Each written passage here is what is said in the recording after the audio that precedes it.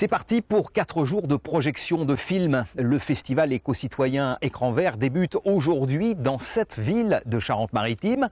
À l'affiche, parmi les nombreux documentaires proposés, celui du réalisateur François-Xavier Pelletier. Il revient sur la situation d'une peuplade en danger au Pakistan. Regardez.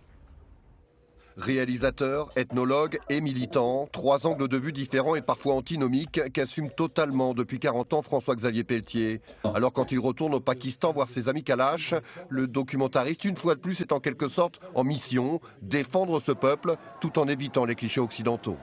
C'est mon 3e voyage chez mes amis Kalash. Cette fois les conditions sont plus périlleuses. La région est devenue la base arrière de talibans traqués en Afghanistan. Certes, il y a des musulmans qui sont là à essayer de les convertir, et c'est les voisins, et c'est beaucoup de gens qui viennent d'Afghanistan. Mais par contre, le gouvernement défend considérablement les Kalash.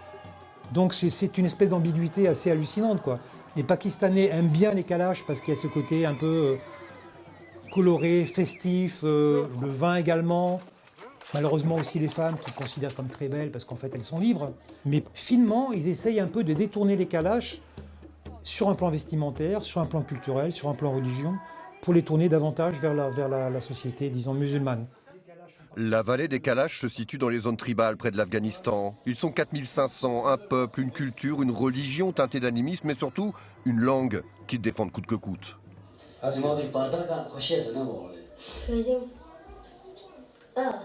S'ils arrivent à poursuivre cette école Kalash en enseignant la langue Kalash, mais aussi les traditions Kalash, ils sont sauvés. Rien que ça, ils sont sauvés. Parce que leur gros problème, c'est certes, ils sont agressés de l'extérieur par les problèmes de conversion, mais il faut qu'ils restent unis. S'ils perdent leur unité, leur sens de la communauté, là, ils sont finis. Samedi, à Saint-Saturnin-du-Bois, vous avez donc rendez-vous avec les Kalash, un réalisateur, un ethnologue et un militant. À vous de choisir votre angle de vue.